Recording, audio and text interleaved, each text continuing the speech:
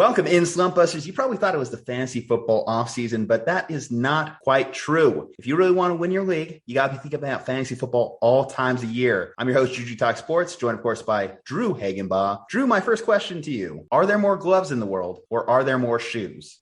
Dude, we just talked about this not too long ago, and actually my bowling league, about the doors and the wheels type of situation. And I'm tired of these things. Dude, these things hurt my head. Sorry, you got to answer it for the people. More gloves or more shoes? I got to go with shoes. Shoes? Really? Drew, you disappoint me. How many 1,000-count disposable boxes of shoes do you see? Huh? You know, not a lot. And those glove boxes do have the same count in them, too. Especially consider the time we're in, COVID, germs, keeping everyone's hands nice and clean. Hospitals are just going through these plastic gloves. The only true answer is clearly gloves. But if you disagree, let us know in the comments. If you're watching this on YouTube, drop below, gloves or shoes. We want to know your answers. If you're listening along on Apple iTunes, drop that in a 5-star review for us. All right, guys, it's time to get into the random fantasy sports fact of the week. Wow, did you know that? Now live on the Slumpbuster Podcast, random sports fact of the week. We all know Davante Adams is damn good at football, but how good is Davante? In half-point PPR scoring since 2016, Adams has not finished outside the top 10 fantasy wide receivers on a points-per-game basis. In 2016, Davante Adams was wide receiver 9. 2017, wide receiver 6. 2018, wide receiver 1. 2019, wide receiver 6. And 2020, wide receiver 1. Oh, don't forget 2021, where he was also the wide receiver 3. You can play the slots in Nevada, but Adams may be the best bet on the Vegas Strip. The Slumpbuster Podcast. The Slumpbuster Podcast. The first quarter starts now. We advise you to wait on this position, but we're talking about it first. Yes, Drew and I begin by talking quarterbacks. This offseason has to be one of the most insane for quarterback movement. Some of the notable offseason moves include Big Ben retiring, Tom Brady retiring, then saying psych and unretiring. Aaron Rodgers is staying in Green Bay. Russell Wilson is a Bronco. Wentz is in Washington. Deshaun is in Cleveland. And Baker Mayfield and Jimmy Garoppolo are in absolute quarterback limbo. Drew, obviously, I got to ask you, as a Cleveland Browns fan, what was your instant reaction to Deshaun going to Cleveland? It was all mixed emotions. You know, I've talked about this with a bunch of people, especially personal family and friends, and people who have dealt with some kind of situation that is going with Deshaun Watson. I mean, not like Deshaun Watson personally, but the women who are in the position, because I know a couple of people who had something like this happen to them. You know, the fan in me is just screaming. He's like, yeah, we got Deshaun Watson. We got a top 10 quarterback in the league. We're going to be good again.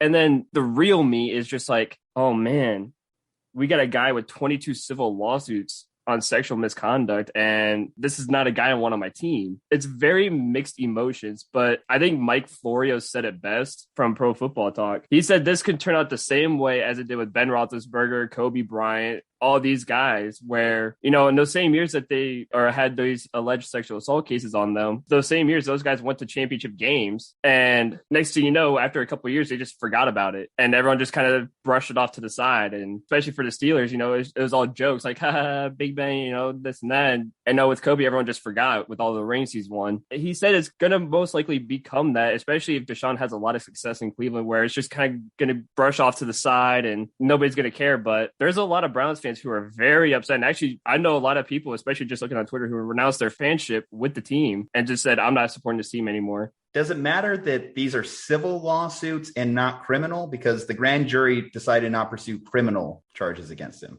I mean, I still think no matter what, you still have to face these, you know, civil lawsuits one-on-one now. It's tough to tell if all 22 win or line, because actually an Ohio lawyer sent out a tweet discussing everything. And, you know, he also mentioned it's very peculiar that all this happened as soon as Deshaun said he wanted out of Houston. All this stuff came out the next day or within that same week, the next couple of days afterwards. And he's like, it's weird how all these girls' lawyer, they have the same lawyer and they live right next to the GM of the Houston Texans. And, you know, he doesn't necessarily think it's a plant that Houston had, because obviously Houston had to deal with the racism of the GM, of the old GM before he passed away. And Deshaun was a part of that team. Should clarify, not the GM, the owner. The owner, that's right. The owner, that's right. And even that is supposed racism, not actually like confirmed racism. Right. So dealt with that in Houston, and that's part of the reason why he wanted out to begin with, is because he probably didn't want to be in that kind of situation. And for me personally, I think he should handle these civil lawsuits before the season begins, or at least try to, because I would rather him be clear. And I know he's going to get suspended regardless. That's probably going to be 100% confirmed, because we did sign Jacoby Brissett just in case to back him up. I wouldn't doubt that he's going to get a big suspension like Big Ben did and a few of these other guys. But you're asking him to settle these lawsuits, but he believes he's innocent in the matter. Right. For me, the justice system is innocent until proven guilty. That's the justice system we abide by. And we don't know if he's innocent or not. You know, obviously the grand jury said there was not enough evidence to pursue this further. You know, but he's still got to handle these all personally now. It's something that should be handled. And, you know, I hope he's innocent. There's people who've been put away for stuff like this, and they were completely innocent. It's, you know, becoming a big thing. And it's hard to tell if 22 women are at least all 22 women are lying, at least. Well, the question I think too, morally, I guess, is if one of them is telling the truth, does it not matter that it's 22 as a whole? Right. That one is just enough. Either way, that's not why we're here to talk about with Deshaun. I mean, not to sound distasteful, but we are here to talk about the fantasy football ramifications. And you brought up the possibility that he may be suspended. Now, hedging on the side that he's not suspended, let's assume he plays all 17 games for the Cleveland Browns. Where would you have Deshaun Watson ranked? I'd probably say within the top 15. You know, he hasn't played in a year, so he's going to probably take a couple games to kind of reintroduce himself into the league. And people think, oh, well, it's Deshaun Watson. He's a great quarterback, stuff like that. But even taking a year off could really do some damage to your game a little bit, because, you know, you're not playing game time speed. You know, you're not throwing to your actual receivers. You're throwing on a high school field with just kind of a bunch of randos who are willing to catch for you. And you're NFL ready, obviously. You're an NFL quarterback, but you're not. You have to get yourself back up to speed. And number two, you're learning a brand new system that you didn't have in Houston. You're learning a whole system, and it's based on the running game. There's going to be opportunities where, yeah, he's going to run himself, but also too, you're running a bunch of 3 tight end sets, and you're going to have to learn just to play in that kind of role. Yeah, but if he's like Baker Mayfield was last year, minus the interceptions, minus the dumb turnovers, then by virtue that would, yes, assure that he's a top 15 quarterback. But if you look at the last full season that Deshaun played, he was the 7th best quarterback on a points per game basis with 23.1 fantasy points per game. Right. And that season, he also led the NFL in passing yards. So yes, I agree that Stefanski and them are going to be a more of a run first offense, but I don't think you trade for a guy like Deshaun Watson and then say we're going to restrict him passing. Oh, no, I'm assuring you right now, Kevin Stefanski is going through his playbook and making some changes to where he can throw more. But when you say top 15, that just sounds too low to me. That sounds like you're hedging on him being more Carson Wentz from last year than Deshaun Watson from 2 years ago. I just tried to open up the floor a little bit to give him some kind of like breathing room, because eventually I wanted to put him in the top 10, because I think he can easily be a top 10 quarterback in the league. I just feel top 15 just to kind of reintroduce himself to the NFL and be like, okay, this guy could easily just go from like 13th to easily be the top 7. And well, just that's be fair. Like, but the problem is, if he gets announced tomorrow that he's not going to get suspended, he's going to play all 17 games, then you're not drafting him to be a top 15 quarterback. You're drafting you're drafting him to be top 5 10 quarterback. Yeah, no, you're drafting him to be top 5. top 5, honestly. Yeah. And that's where the draft value would go. Now, there's also this game here, knowing that the possibility of a suspension happens. Now, I don't think they're going to suspend him a whole year. No. Based on similar situations, I'm thinking back to the Ezekiel Elliott situation, where also he wasn't criminally charged. He had civil stuff going on, and even his stuff kind of got waived off, but the NFL still made the executive decision to suspend him 6 games. I'm thinking anywhere from 6 to 8 games. You also factor in Antonio Brown's suspension from a couple years ago as well. I think that those are comparable situations that the NFL might look at for suspending him. Now, let's split the difference. Let's say he suspended 7 games. What do you think is an appropriate round to grab Deshaun Watson? For me, he's still going to, like you say, he's still going to be an excellent quarterback and stuff like that. So you can still, for me, grab him early. I would say within the top 5, because top 5, though. I mean, but you are still losing him for 7 weeks. So if you like, draft him at least top 5, don't you also have to draft like, I don't know, Kirk Cousins type or... I mean, like top 5 rounds. No, that's what I'm saying. Like top 5 rounds is still pretty early for a quarterback, especially with the idea of waiting on quarterbacks. I mean, Patrick Mahomes might not go till the 3rd round. Kyler Murray might not go till the 3rd round. Deshaun Watson, you're drafting him in the 5th round knowing that he's gone for 7 games? Knowing he's gone, I'd still draft him pretty high just for the fact that, he's going to be one of those quarterbacks that can make a great impact. So, because if you don't draft him, someone else will. I mean, that's just how fantasy football works is sometimes you could say like, oh, well, he's dropping a couple. I could keep waiting. And then next thing you know, he's just snatched the next pick. That's why I'm saying kind of like top 5 to at least 7 at least. So that way, it's like you can get him, but you don't have to worry about someone just snatching him right underneath you. And well, we know that if he's gone for 7 games, obviously you're not going to have a starting quarterback for 7 games. So that means you have to draft a backup.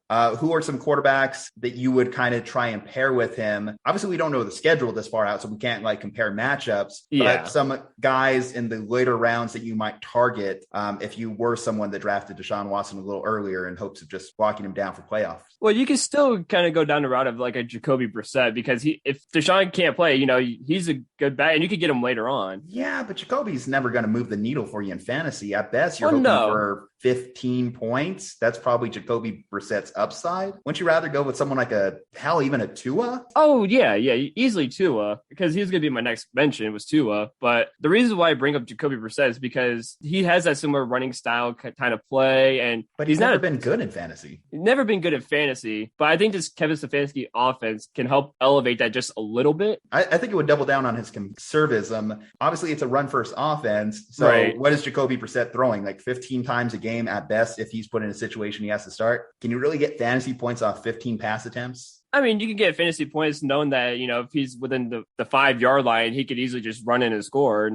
But even in the full year he played when Andrew Luck decided to retire last minute, what do you get? Like 5 rushing scores? Is that going to be good enough to elevate you for 7 weeks? For 7 weeks, you can make do, but like you said, I would stick to more of like a Tua kind of guy. Yeah, I think there's guys in the second tier that you could probably get. I would mention like someone out the gate, like a Kirk Cousins first, or a Tua first, or you could go the Carson Wentz route. Yeah, you can see if maybe one of the rookies from last year, like a Zach Wilson or Trevor Lawrence, very early on, can become better. A Trey Lance, take that route. If Jimmy's still the starter, take that route. I would shoot more for that than just settling on Jacoby Brissett, who at best is going to be quarterback 24, 25. Are you even ranking Jacoby Brissett, if you're being honest, Drew? I'm going to wait for the suspension, maybe, depending on to where I'm going to put Jacoby Brissett. But if Jacoby Brissett, is day 1 starter, I'd probably put him within that 24-25 range. And that's not what I'm drafting a guy for. I'd rather take a shot on Jameis Winston coming off an ACL tear than Jacoby Brissett, just because at least I just know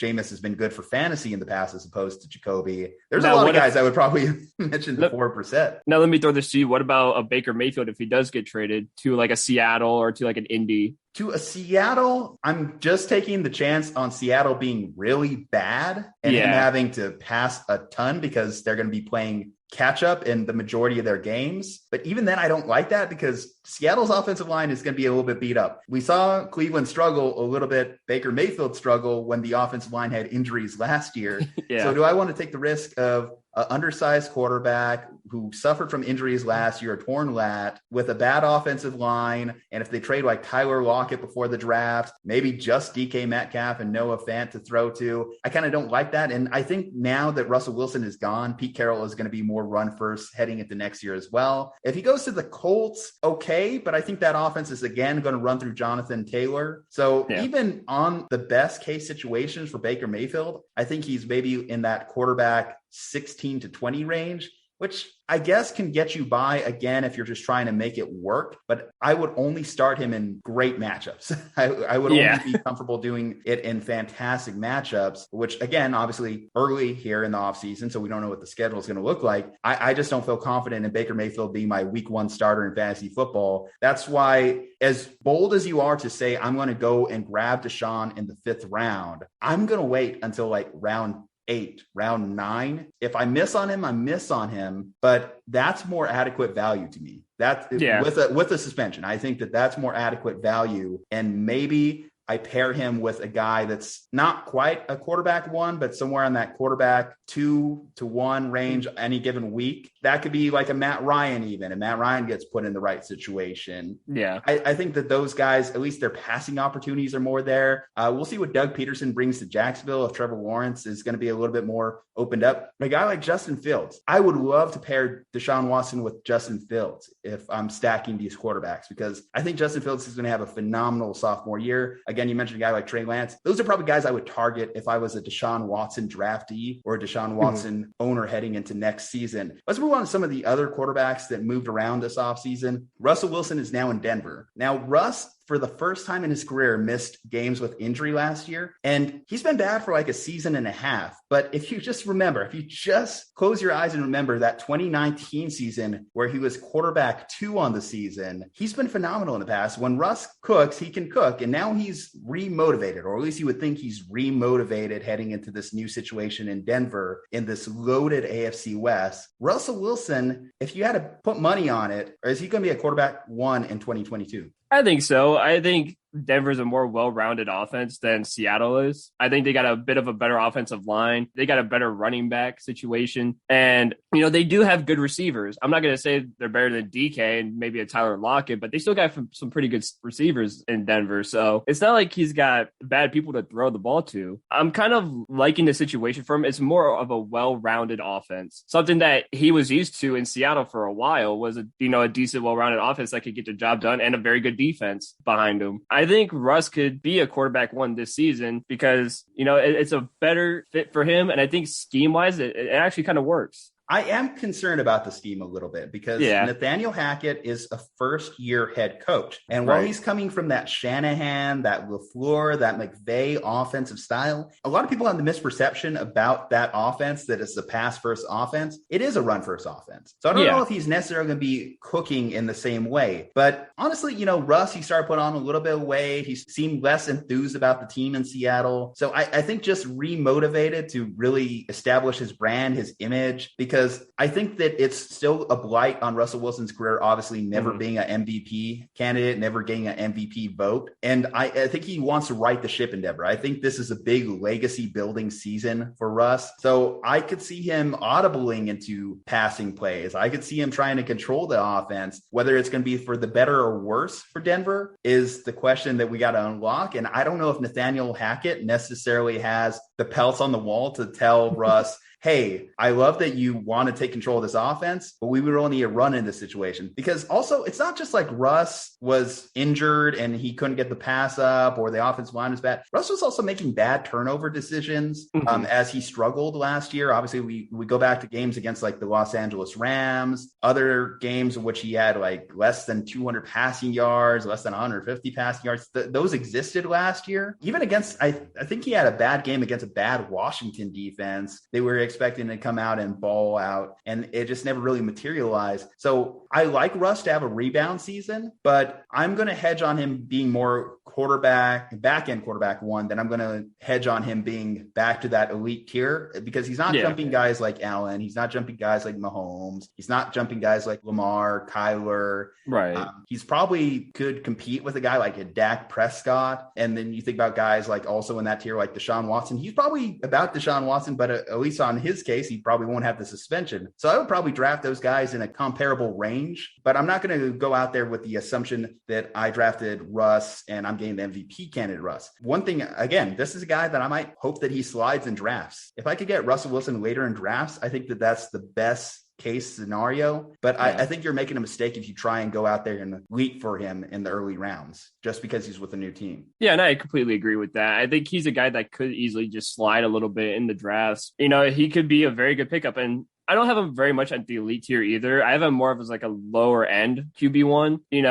A guy that, like you said, is very motivated, wanting to win games now. He's in a new setup. He's not in dreary Seattle anymore. He's in a more better place to be in. If not him, it's going to be Aaron Rodgers most likely. The only thing that worries me though is just like you look at this AFC West and it just got That's so scary. loaded. And not to mention, he doesn't just play the AFC West. The AFC West plays the NFC West this year. So he, regardless of what the schedule ends up being in the long run, I just know, just naming off the teams, this revamped Raiders defense that might get Stephon Gilmore tomorrow, reportedly, this Chargers defense that went out there and got Khalil Mack and JC Jackson, this Chiefs defense, which, you know, a borderline, but mid-season, they kind of made a defensive turnaround, and they're always going to be a tough out. They're always going to be a tough game for anyone. Obviously, they've just been running roughshod through the AFC West for years. He's going to still face the Rams. He's still going to face the Niners. I'm sure there's going to be another couple games on Denver's schedule that's going to look scary. Strength of schedule, I think, as we get closer to the season, is going to be one of those big arguments potentially against Russell Wilson to be in that elite tier again. And obviously, too, these are just names. I mean, Khalil Mack's just a name right now. JC Jackson just a name right now. We assume that they're going to be good because they've been good in the past, but these could just be those splashy offseason moves. But again, that could be Russell Wilson too. This could be just a name that's been good in the past, and Denver thinks that now they're Super Bowl candidates and they're not getting the same Russ that played for Seattle 2 years ago in 2019. Obviously, if you're a fantasy owner that drafts Russ, you're hoping you're getting that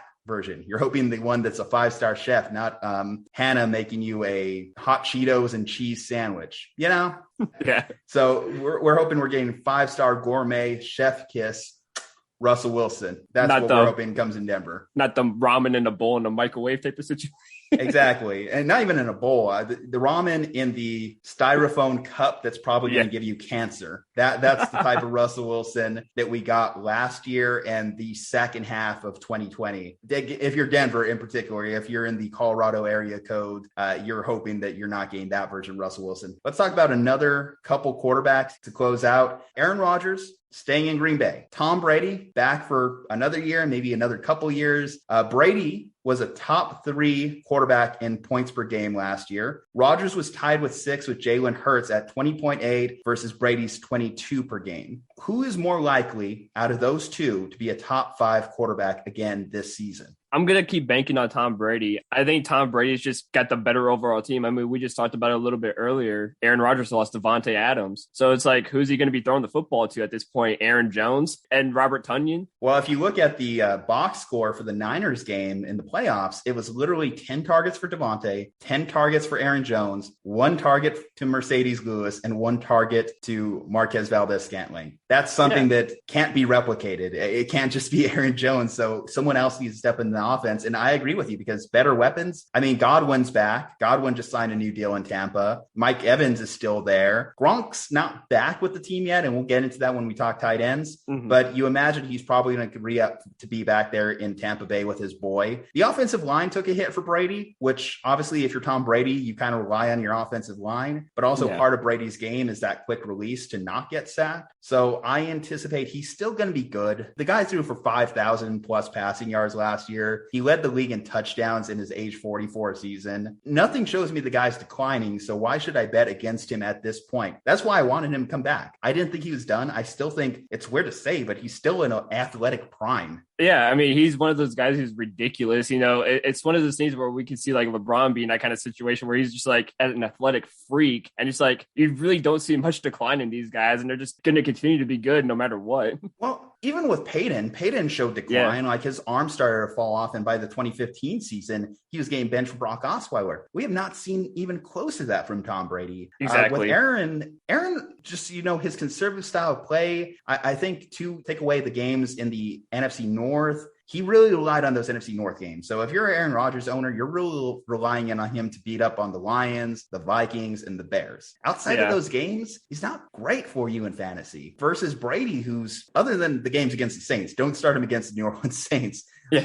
Brady is good for you in every single matchup. He's less matchup dependent than even Aaron Rodgers is, which is crazy to say. And plus, you know, playing in sunny Tampa Bay, Florida versus late in the season playing in Green Bay, Wisconsin, I think also takes a hit to Aaron's fantasy value because we saw it again in that Niners game where Aaron Rodgers threw for less passing yards in the second half of that game than Jimmy Garoppolo. This is the kind of stats to kind of consider. And again, Aaron Rodgers, he's going to be a QB1 next year. He's still going to be in the top 12. But if I'm picking right now today, I'm in the 5th round, it's Brady or Rodgers. I'm going Brady. Yeah, I'm right there with you. It's just nothing but Brady. And, you know, maybe things can change if Green Bay were to actually, you know, test free agency for wide receivers and get themselves a decent wide receiver or someone who could catch the ball. You know, you don't have to rely too much on Aaron Jones to do all the work for you. I think it is MVS SEN. And I mean, they still have Alan Lazard too. So actually, no, MVS is gone. That's right. MVS is no longer there. I'm gonna say I think MVS left. So yeah, no, it seriously is a question of who Aaron is going to throw to himself. Maybe may have to do a little Marcus Mariota. Yeah, throw it to yourself. These guys are on fire. Let's hear more. Second quarter starts now. Talking running backs is usually a little bit more fun, but not during this year's free agency. Some of the main moves include Rashaad Penny returning to Seattle on a 1-year deal. Cordarrelle Patterson is remaining in Atlanta. Former 49ers OC Mike McDaniel is now the head coach in Miami and got familiar faces to go there. Raheem Mostert is now with the Dolphins. He will be paired with Chase Edmonds down there in Miami. And J.D. McKissick is staying in Washington. Drew, do any of these moves really stand out to you? Not really. Like you said, it's nothing too crazy or too exciting with the running backs position, or at least right now in free agency. J.D. McKissick did pull a big FU to Buffalo and just said, I'm going to stay in Washington. Also, too, I like, you know, how McDaniel's being paired back up with Raheem Mostert, you know, a very familiar face. I think Raheem Mostert, when not injured, is a very good back. And so I think out of any of these guys, I probably like Raheem Mostert the most out of any of these backs. Well, let's talk about Miami's backfield then. So Mike McDaniel was the OC in San Francisco. San Francisco is a run-first team and, in fact, had the 5th most rushing attempts in the NFL with 499 rushing attempts. They also had the 7th most rushing yards, over 2,166 yards last season in 2021. Counter that, though, Miami was one of the worst run-blocking offensive lines in pro football. Their running backs only averaged 3.5 yards per carry. Was that because the running backs were bad? Was Myles Gaskin just that bad? Or was it because the offensive line wasn't setting them up for success? I'm curious which force is going to win in this. Is it going to be Miami was bad, or Mike McDaniels is so good that he's going to fix this Miami rushing game? Raheem Mostert, Chase Edmonds, these guys are speed guys. If you had to draft one today, knowing that Raheem has a little bit of a rapport with McDaniel, but also knowing that Chase has been the better running back the last couple of years, where are you going? Honestly, I might stick with Mostert just for the fact that he knows Mike McDaniels and he knows on Mike McDaniels' offense. And at this point, like you said, you're kind of banking on the offensive line trying to help you in this situation because Myles Gaskin was pretty awful last season. So the zone blocking scheme helps offensive linemen. It tends to favor more athletic offensive linemen. So you wonder if Miami's going to go back in the draft and try and get guys who can move a little bit, or if it's going to be a better blocking scheme for the guys they currently have. Which of those is going to win out? I'm going to differ from you, though, because as a Niners fan, I've obviously got a front row seat to Raheem Mostert the last couple of years, and the guy just can't stay healthy. It is what it is at this point. He just can't stay healthy and on the field. So I think he's going to be used a little bit more sparingly. I don't know if they're going to use him primarily as a third down back, but Chase Edmonds, if he can adapt to this run blocking scheme, he could potentially be a top 10 fantasy winning back next season. I can make that claim. And they paid him the most money out of these guys. Yeah. Out of the guys that went to Miami, they paid him the most compared to Raheem Mostert. So I think that says that he's going to be the lead back, at least heading into training camp. And considering the Raheem is working his way back from a knee surgery, I don't think he's going to be ready to compete out the gate. And if you look back at the 2019 season, where Raheem Mostert was running crazy in the playoffs, he kind of got better as the year went on. He didn't really take off right away. On one hand, I think Raheem, his best case is to be used sparingly. He's probably like a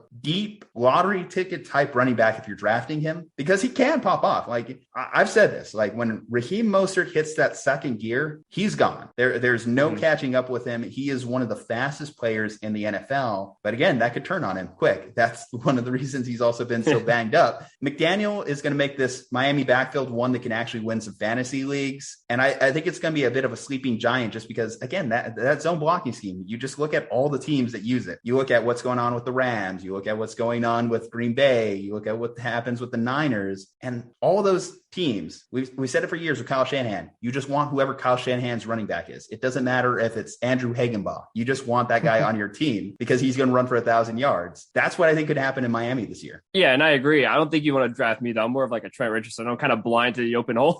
You play soccer. You got the stamina. So your heart is there. You at least have the heart. Yeah, I guess you have a feel for more than 2 plays.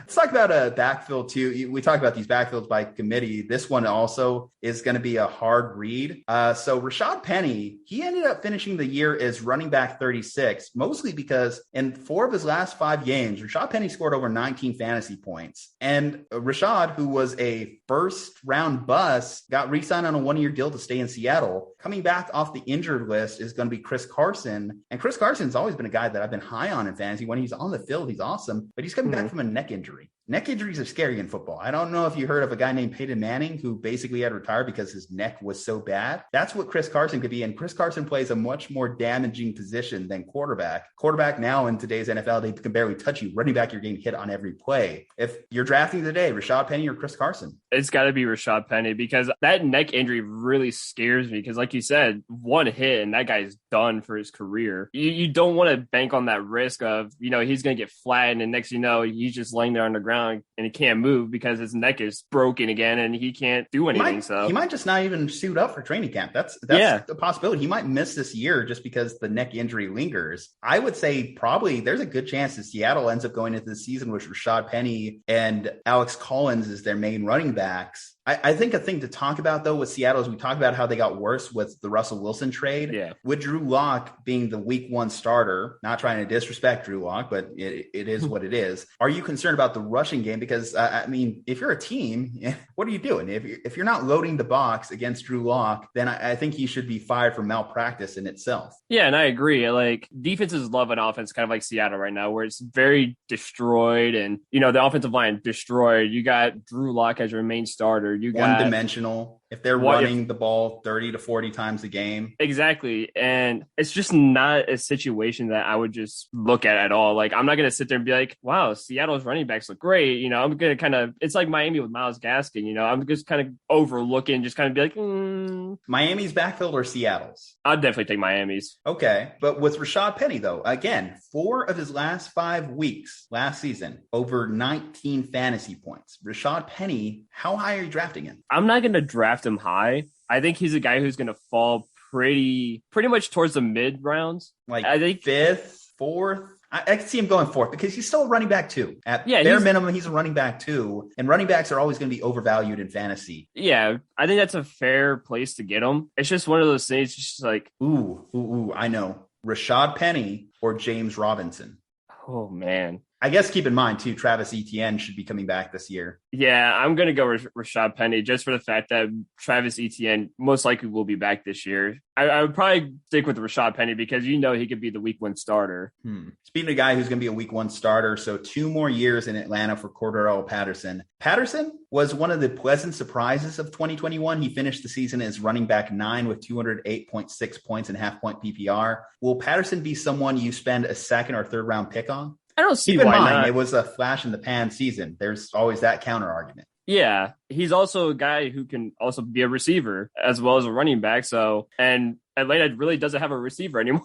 So I do wonder if Yahoo and other fantasy platforms are going to nerf that. Are they going to keep him as a running back? Are they going to keep him as a wide receiver? They'll probably keep him. If they keep him as just a running back, I think that obviously hurts his value. Yeah, that's what I'm thinking. Like if he's more of a running back, his value is hurt. But if they put him as a receiver, that could really help because that makes him the main receiver inside of Atlanta, most likely. If they give him dual eligibility, does that elevate him up your draft boards? Does he move from suddenly being a 2nd round wide receiver to even potentially being a 1st? Because you think about what Christian McCaffrey was able to do with exploiting the PPR system. I think so. I mean, he's very talented. He's very versatile. So, and he's a quick guy too. So I think, with his versatility, he's going to be utilized quite a bit in that Atlanta offense, not only just as a running back, but also as a receiver too, because they lost Calvin Ridley for the season. He's most likely going to be their main receiver as well. Would you rather have one of the elite wide receivers like Justin Jefferson, Stephon Diggs? We're talking like back end 1st round guys, Jamar Chase, who's probably going to be up there, or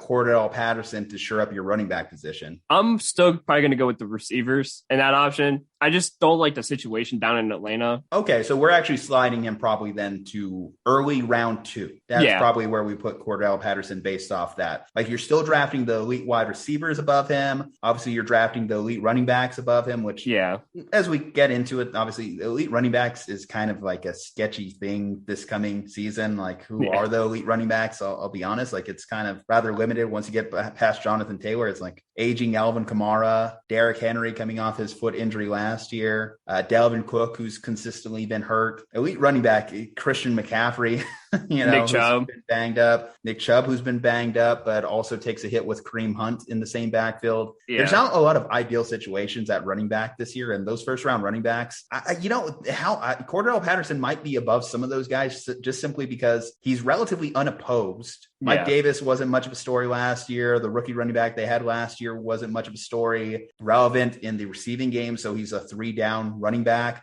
He might be one of the more safer floor options actually at the position. Whoever the quarterback in Atlanta is, they're only going to throw it to either him or Kyle Pitts, most likely too. So those are the only main options you have.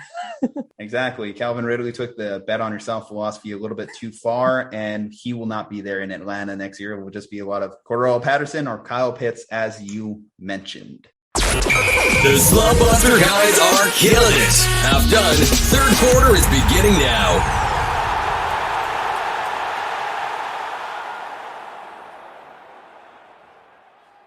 If there is one offseason market that can rival the movement of quarterback, it's who they throw to. We've seen multiple big names change jerseys in 2022. Here's a quick summary of the moves to note. Allen Robinson has signed with the Super Bowl champion Los Angeles Rams after struggling to find a connection with rookie Justin Fields. Amari Cooper went from Dak to Baker to Deshaun as he joins the Browns. Davante Adams is reuniting with his Fresno State teammate Derek Carr on the Raiders. Jacksonville went crazy acquiring Zay Jones and Christian Kirk, probably overpaying, but they decided to acquire them with Laviska Shenault also still there. Robert Woods, following a trade, takes Julio Jones' spot on the Titans roster as Julio is still a free agent following his cut. Where do you want to start, Drew? I'm down to start anywhere. I mean, these are all very good names to go off of. I mean, Davante Adams, the Carr is a very interesting one because, Aaron Rodgers signs that big extension hoping to play with Davante Adams again. And next thing you know, a few days later, he's gone to Vegas and he's out of there. Yeah, we talked about who's going to take Davante's spot in Green Bay. Well, he's taking an important spot on the Raiders, and Derek Carr and him, they said it. They're like family. They're like brothers. They really take that Fresno State connection to heart because they were setting records. They were beating up on teams in the WAC, the Mountain West. I think they were in the WAC at that time. That was relatively when I was in high school. And they were beating up on teams like New Mexico, Colorado, Hawaii, but still putting up big numbers. As good as Davante and Aaron Rodgers' connection was, you have to think that him and Derek Carr are going to be on that equal minds type thing. But the problem is Derek Carr is not Aaron Rodgers.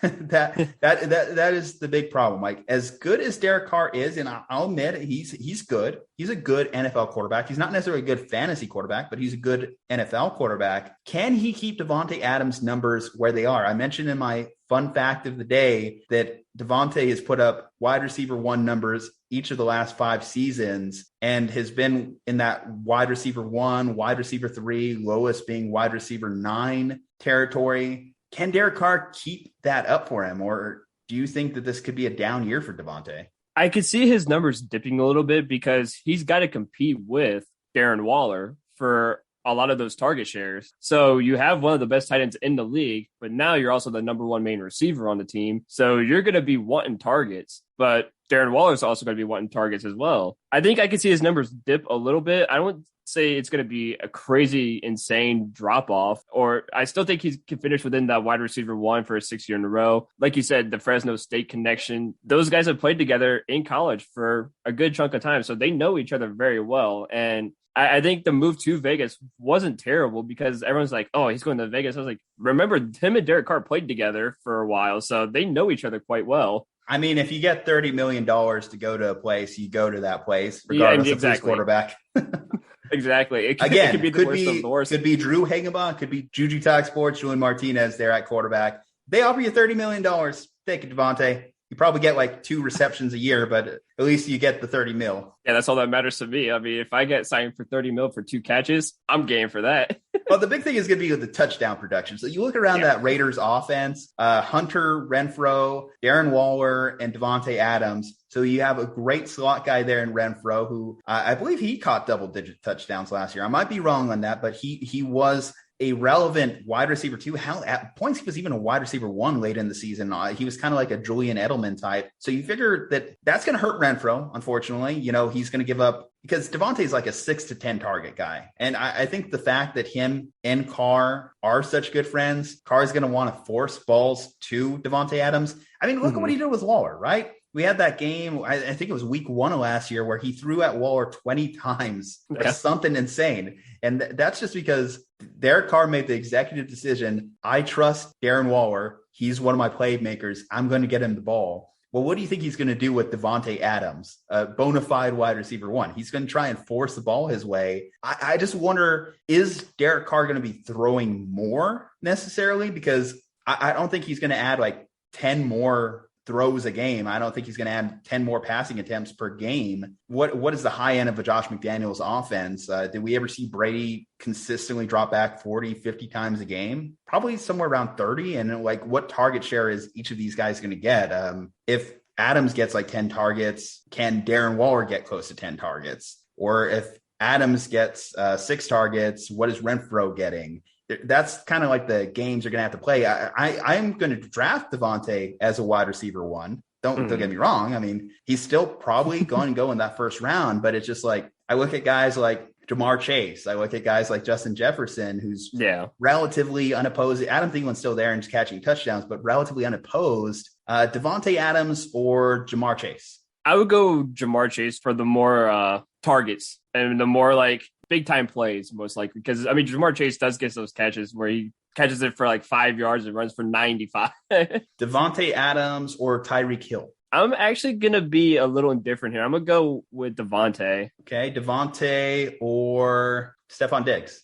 I'd probably go Diggs, actually, because I think he's become the clear-cut number 1 there, and I don't think there's anyone there that actually is going to oppose him. So Justin Jefferson or Davante? Probably Jefferson, because like you said, Jefferson, I mean, he's basically the guy there anyway. So, and Thielen's not going to make too much noise besides just getting a couple of his touchdowns that he usually gets. So I'm not even going to question Cooper Kupp, because Matthew Stafford is just going to pepper him with 30% of a target share. So I don't think his spot is going to be challenged unless Matthew Stafford decides to just throw a change up here. But, let's stick on that actually, because the Rams kind of had a shifting of the guard here too. Allen Robinson is now going to be in their wide receiving room, and Robert Woods is no longer going to be. Now, Robert Woods, of course, injured his ACL last year. So latter half of the season, and certainly the Super Bowl run, we didn't have to worry about Robert Woods anyway. He kind of started to have a little bit of a down-trendy year with Matthew Stafford in the offense as opposed to Jared Goff. Prior to the injury,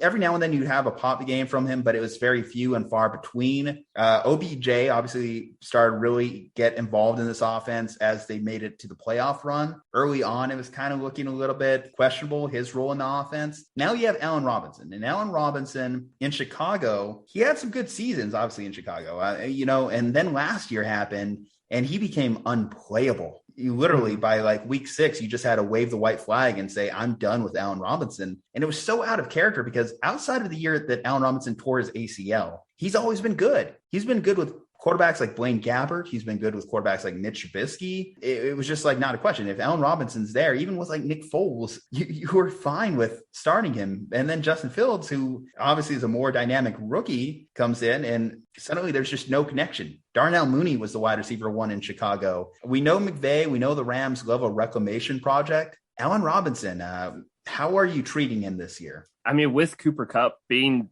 the guy who's going to get 100% of the target, I'm just kidding, not 100%, but 30%, about a very good 30%, which is very high and easily the highest in the league. Probably a high end wide receiver 2, because receiver 2. Okay, so you're thinking that he's probably going to be more closer to what Odell was by the end of the season, right? Because now he really doesn't have to compete with Robert Woods or now Odell, because Odell's most likely going to miss the season with another torn ACL. It's basically him and Cooper Kupp. fighting for target. And obviously we all know Cooper Kupp's going to get 15 targets a game compared to Allen Robinson, who's probably going to get maybe, I would say the way how, or as much as Matt Stafford throws, I could see him getting a good, at least like 6-7 targets a game.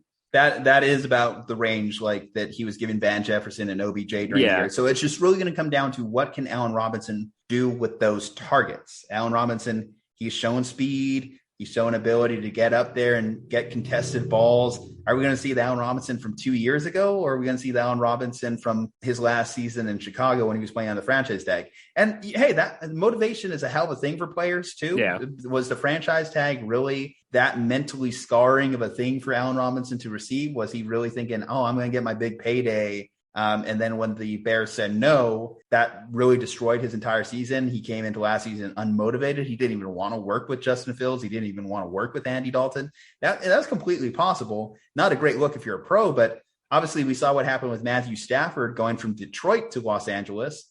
We saw what happened with other cast-offs like Jalen Ramsey going from Jacksonville to Los Angeles. The Rams like to bring in guys like this and make them stars, make them Los Angeles stars. So Allen Robinson, I'm probably going to take advantage of the fact that his name got dragged through a little bit mud. I'm going to hope that he's somewhere in the 6th, 7th round.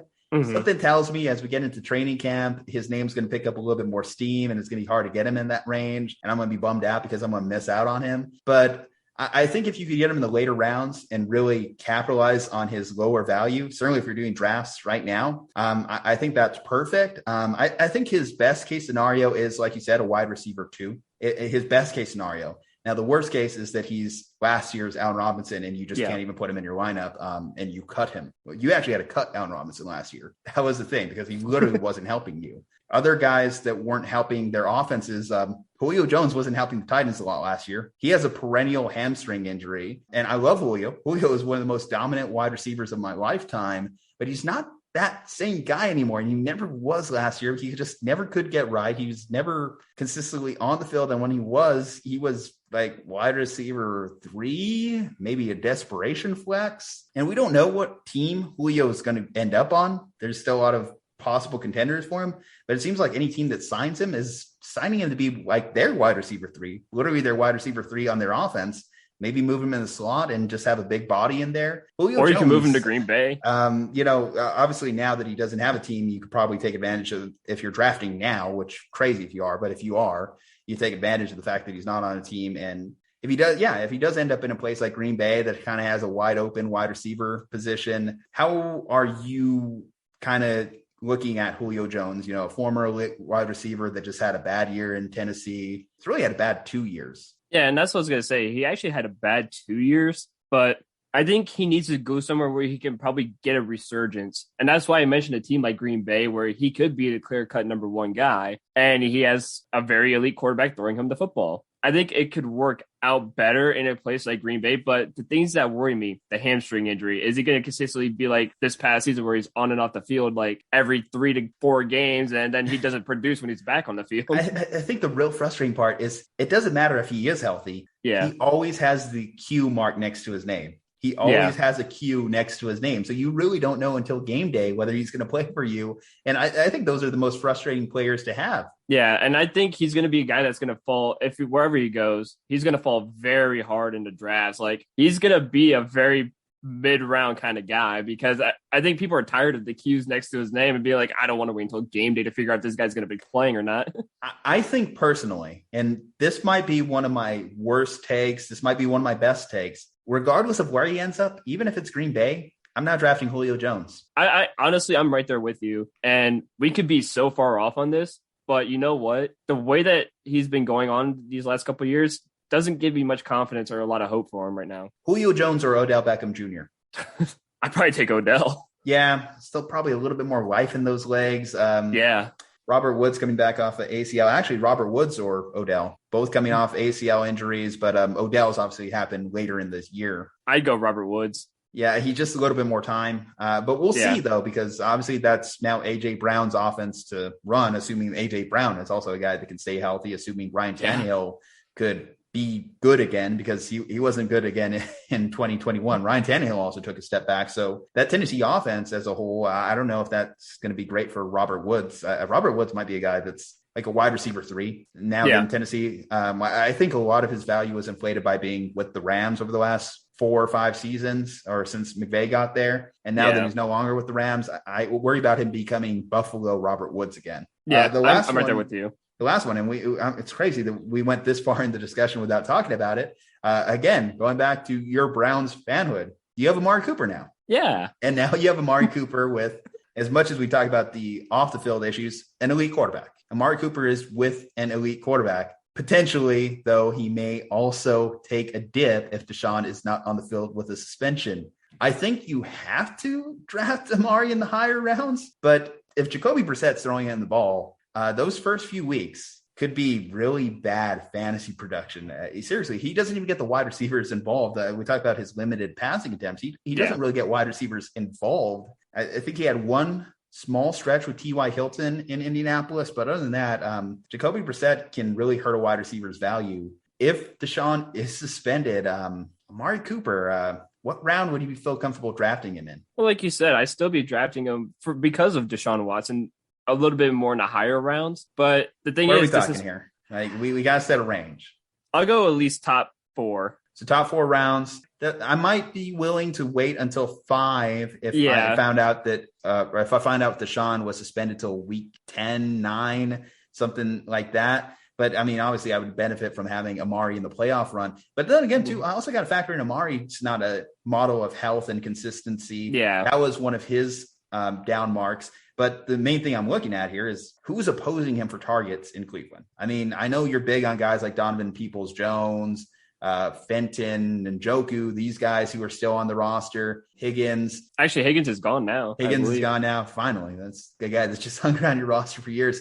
But still, these guys aren't going to compete with Amari Cooper if all players are healthy and on the field. They're not in the same category as Amari Cooper. Well, there has been in Cleveland media, there has been whispers that there's a good chance that we could restructure a deal with Jarvis Landry to bring him back to pair him up with Amari Cooper again. There could be that pairing again. Obviously, it's up to Jarvis whether or not he wants to come back. I think the way everything has been looking, that this past season, not a lot of people really liked Baker Mayfield in that locker room. He wasn't a very favorable guy, and that could be one of the reasons why Jarvis said, "I'm not going to play on this team," and not take a pay cut or sign an extension with this team because of this guy. Well, now that guy is most likely gone here in the next couple weeks or so. I think there's a good chance that, again, you have an elite quarterback and you could easily bring him back. And he's like, I'm excited again because we have a great quarterback. And if anything bars, if something happens to Amari Cooper, you're clear-cut number 1 guy again. So, and you're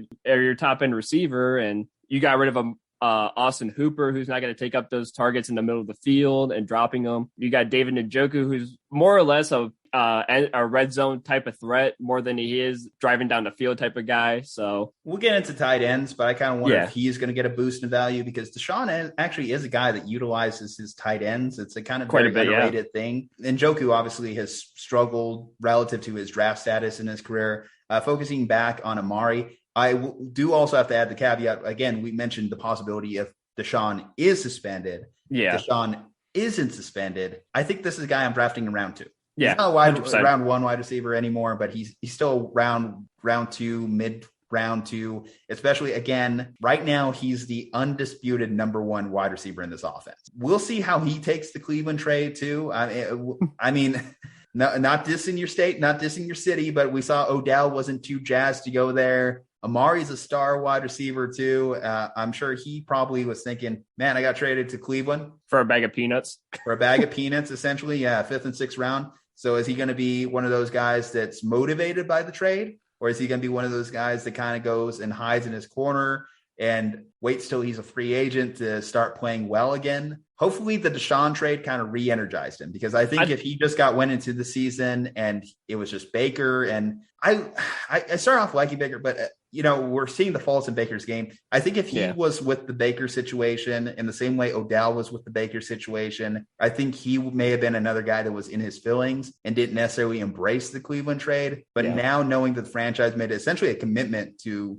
the Cleveland organization, the Cleveland fans, whatever fans they still have remaining after the Deshaun Watson trade, they made a commitment to those fans to say, we are all in this year. We're trying to compete in the AFC North. And that's a commitment that rains down to the players that we're trying to compete in the AFC North. And there is no better thing you could say to a star wide receiver than getting them a star quarterback like Deshaun is. Again, if he's not suspended, clear cut, wide receiver one, set and forget. He's going to be in your lineup every week he's healthy. If Deshaun Watson is suspended, well, he's probably a wide receiver 3 until Deshaun gets back on the field. Yeah, no, and I agree. I think, and that's why Andrew Berry and, the Browns pursued a guy like Deshaun Watson, because you're like, okay, we got Amari Cooper. Now let's pair him with someone elite like a Deshaun Watson. And, maybe he is more excited about being a Cleveland Brown than beforehand when he first got traded there, because he's like, damn, I'm going to play with Baker Mayfield. And I was like, okay, great. Now I get to play with Deshaun Watson. So now I have actually a legit quarterback in this offense. And so whether you like Baker Mayfield or not, everyone agrees universally that Deshaun Watson's upgrade from a player standpoint. Yeah, 100%. And, he's not sitting there like, well, Dak overthrows me every other play. So, I don't have to worry about all that too much. And, forget Jacoby Brissett, man. It's Nick Mullins season in this organization. You don't want to ever say it's Nick Mullins season. Anytime Mullins and SZN are used in the same sentence, it gives me flashbacks of him throwing one of the most egregious pick sixes in NFL history. If you go back and watch the Sunday night game between the Niners and Eagles a couple years ago when he threw that pick six, it's still one that even now, like, as useless as that 2020 season was. That's still one of the ultimate lowlights there. And I got to see it live in Dallas, too, when he had Tommy John. And now starts the final quarter. Buckle up. This is the Slumpbuster Podcast. Tight ends last season was admittedly a position we didn't really talk much about. Unfortunately, it's been a dart throw position for years. There's only a few elite guys that you target on any given season, but we did see a lot of movement, and it's worth talking about it here in a full segment. Noah Fant joined the Seahawks as part of the Russell Wilson deal. Evan Engram is another Jags pass catcher, another guy who got broken off there in Duval County. O.J. Howard is leaving Tampa to join Josh Allen in Buffalo. Right there, that is 3 former first-round picks at the tight end position that are with new teams this season. This makes David Njoku the only first-round pick from the 2017 tight end draft class to still be with his original team. Hayden Hurst joins Joey B in Cincy, and CJ Uzomah is now a Jet. But let's not start necessarily with the direct moves, but an indirect fantasy impact to one of the guys that we consider elite at the position. We talked about it a little bit earlier, but are you worried at all about Darren Waller with Davante Adams now in town? Not too much, because the fact that is that Darren Waller as a tight end is one of the best yards after the catch type of player than any of the tight ends in the NFL. I mean, that guy will literally catch the ball for 2 yards and bully for another 15. So he's a great yards after catch type of tight end. And I think that's going to help him utilize his targets a lot more, even if he does get less than Davante Adams. And I would say it might even open him up more, because if you were a defense last season and you're playing the Raiders, especially after the Henry Ruggs incident, you were saying there's one guy that we have to shut down in this passing game, and his name is Darren Waller, Big 83. Now with Davante, you can't do that.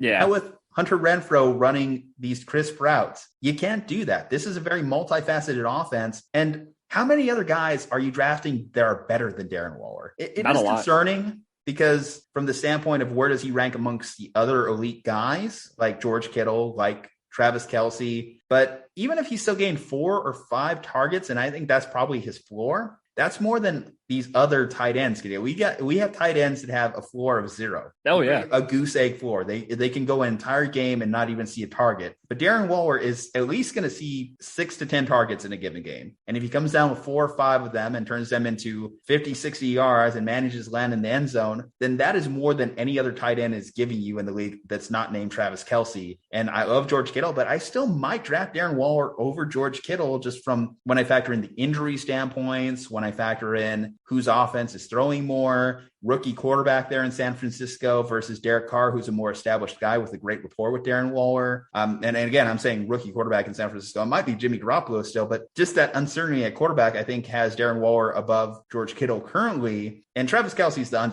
undisputed number one, even after having a down year. I think a lot of people were a little bit overzealous when they drafted him in round 1 last year, because that started to be a more movement, like draft Travis Kelce in round 1. And then it backfired for a lot of owners, especially because Patrick Mahomes had a down year. But you're not going to find much people that are better than Darren Waller. So I think just don't overthink it. If you were drafting tight end early and you liked a guy like Darren Waller, Davante doesn't change the fact that Darren Waller is just elite at the position and has a great rapport with the quarterback. Another elite guy that I mentioned, there's some uncertainty. I also mentioned this guy earlier. Rob Gronkowski, he's not officially a Tampa Bay Buccaneer. I've been thinking about this. Why hasn't he come back when Tom Brady said he's coming back? And the simple answer, Rob Gronkowski, for as good as he is, for as elite as he is, he has a little bit of a lazy bone to him. I go back to the 2020 season where obviously we had virtual OTAs. We had Zoom conference OTAs. And there's a very famous story that came out during the Super Bowl week that how he got away with doing his off-season training regimen is he essentially recorded himself doing sprints and workouts and all that one day. He recorded it one day and then kept reusing the same film to say, oh yeah, I'm doing my workouts today. Oh yeah, coach, come on. Don't you see me doing these workouts? That was Rob Gronkowski's 2020 offseason. So the fact that he's not back with the Buccaneers kind of could be a hint that he's just doing this to avoid OTAs and even potentially training camp. If you told me who's going to be the Tampa Bay week 1 starter at tight end, I think it's still going to be Rob Gronkowski. Yeah, and I completely agree. Like you said, he's got that little bit of a lazy bone in him. And, he's going to be the guy like, OTAs. I don't need OTAs. I'm Rob Gronkowski. And, I can get into the end zone anytime you need me to. So, like, is he going to get in trouble with Tom because he's not there at OTAs? Is Tom not going to feed him the ball because, Gronk, you miss OTAs. Sorry, I don't know if I could trust you. Come on, these guys have been playing together for years. I mean, that's what I'm saying. Like, I don't think Tom's going to care. He's like, this guy could do anything. So, he could skip a little bit of OTAs. Tom's like, I'm probably going to skip OTAs at this point. There's very few things that like Rob Gronkowski won't do. He won't play for the Lions. He won't participate hard in the offseason, and he won't let down Tom Brady. Those guys are practically brothers. If you told me they were brothers, I would believe it. If Tom Brady Sr. got around and made a Rob Gronkowski, and that's the secret to why they're just tied at the hip. They have like those little twin keychains that you just link together, like they found each other. That would make a lot of sense to me. Albeit I would very much doubt that because Papa Gronkowski, he raised some beast. Papa Gronkowski, he's got 3 NFL players to his name. So clearly the seed is strong if your name is Gronk. Yeah, Gronk will be back in Tampa. I have no concerns about that. But hedging on the potential that he's not, Cameron Brate, if he's the tight end starter in week 1, when we know OJ Howard is gone, what do you think about him? I don't think he's a bad tight end. He had some production a couple years ago. I believe it was a 2019 season where he was, on the field quite a bit with OJ Howard, and he did some good numbers. So it's not like he's better than Howard at points. Yeah, that's what I'm saying. He was even better at Howard at points. I don't see why Cameron Brate couldn't be at least a solid tight end for Tampa Bay. Yeah, I think he's obviously not going to be one that you're going to be targeting in the higher rounds and the mid-tier rounds. But if you said that Cameron Brate was your week 1 starter in your fantasy line on that tight end, I don't hate it. There's worse tight ends you could do, certainly worse tight ends that you could have that don't have Tom Brady throwing them the ball. So at least you have that. Yeah. At least you have that. There's also the fun rumors that does Gronk maybe sign with Cincinnati, or does he sign with Buffalo? And this is back when we thought Tom Brady was gone. I would have loved secretly to see him with Joey B. I think that could have been like, oh, they call Joey B the next coming to Tom Brady. Well, why not just steal his tight end? But Gronk's going to be in Tampa. Let's talk about these former first rounders that moved on from their old homes, are now going to be in another jersey for the first time in their careers. Noah Fant, Evan Engram, OJ Howard. Again, Fant with Seattle, Engram with Jacksonville, Howard with Buffalo. Out of these 3 guys, whose second chance opportunity do you like the most? Honestly, I think I'm going to go with OJ Howard in Buffalo. Just because it's not for the fact that he's got the better quarterback. I just think that the whole offense as a whole and the coaching staff as a whole is more better than the situation in Denver and Jacksonville. I think it's a more stable team and a more stable offense. So Well, you say that, but I mean, Urban Meyer's not in Jacksonville anymore. Doug Peterson's now in Jacksonville. And that's true. And Doug Peterson, when he was in Philadelphia, you think about Dallas Goedert was drafted there. Zach Ertz was drafted there. If I know nothing else about Dougie P and what he's going to bring to Jacksonville, I feel as though tight ends are going to be a little bit more involved. And you got to remember Buffalo, Dawson Knox is still in Buffalo. Dawson Knox was a tight end one last year. OJ Howard hasn't shown that he's necessarily able to do well in a tight end committee because we just mentioned it. Cameron Brate looked better than him at points. What I think could be a game changer for OJ Howard is actually not being a tight end. If they start using him more as a wide receiver, because he has the build as a wide receiver. That was what he was billed as. Coming out of the draft. They're like, first round talent. He's athletic. He could have been Kyle Pitts before Kyle Pitts, but it just never really panned out in Tampa. Obviously, he had an ACL injury, and who knows if that's been the reason he hasn't really gotten back to where he was. But I think just the fact that there's multiple tight ends in that tight end room in Buffalo, and certainly if you're Josh Allen, who do you trust more? Dawson Knox, a guy who you threw multiple touchdowns to the last 2 years, or OJ Howard, the new guy? I think I'm leaning Evan Engram. I think I've seen more from him, even when he was with the bad Giants teams. Mm-hmm. And I think Dougie P is going to use him a little bit more. Noah Fant is the ultimate wild card just because at least him and Drew Lock have a rapport. Technically, they're both former Broncos now in Seattle. Yeah, and that's true. I just don't see the offense doing a whole lot besides Drew Lock being on the ground. So it's going to be very run first, bad offensive line. But again, I mentioned this with Drew Lock potentially having some value. They're going to be behind in a lot of games. Does a guy like Noah Fant get a little bit more targets because they're just having to throw the ball more? I can see that, but I mean, depending on what happens with DK and Tyler Lockett, I mean, if those guys stay, they're most likely to get the ball 90% of the game. But that actually might be, again, to Noah Fant's benefit, right? The fact that we talked about it with the Raiders, you have Davante and Hunter Renfrow who take away from could be more open, Waller's attention. Yeah, so he might be able to get some extra coverage shifted away from him. And I think out of all three of those guys, I think Noah Fant has had the better NFL career to this point. Oh, I agree. I think he's got the better career. For me, it's just the offensive line that scares me quite a bit because it's like you got to be able to get the ball out quickly. And if you don't, well, number one, your face is in the dirt. Number two, you're going to make knowing Drew Lock and what he did with Denver in this past season and stuff. You know, he's doing some very, very poor balls that led to some very, very bad things and, you know, him being to where he is now. So I don't think it's really the same Drew Lock that we all got excited about a couple of years ago when he's just chilling on a bench, rapping to music and, you know, he's just out there vibing, making some great plays. It's not that same Drew Lock anymore. Rank them against each other. Fant, Engram, Howard. How do you have them organized? Engram 1, Howard 2, Fant 3. I think I'm going to just divvy it up. I think Engram is going to be my 1. I'm going to go Fant 2, and then I'm going to go Howard 3. Just because I think Knox is going to take away from him in this offense. And we just have to see it from Howard first before I'll trust him. I don't mind that.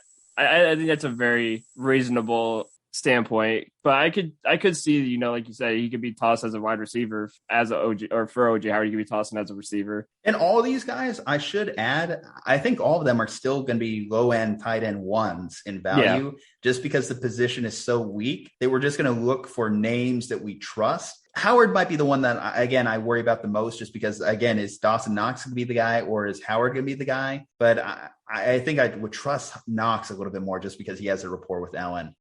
You learned with us. You laughed with us. Now it's time to do some deep thinking. Hashtag Bust the Slump with your weekly words of wisdom.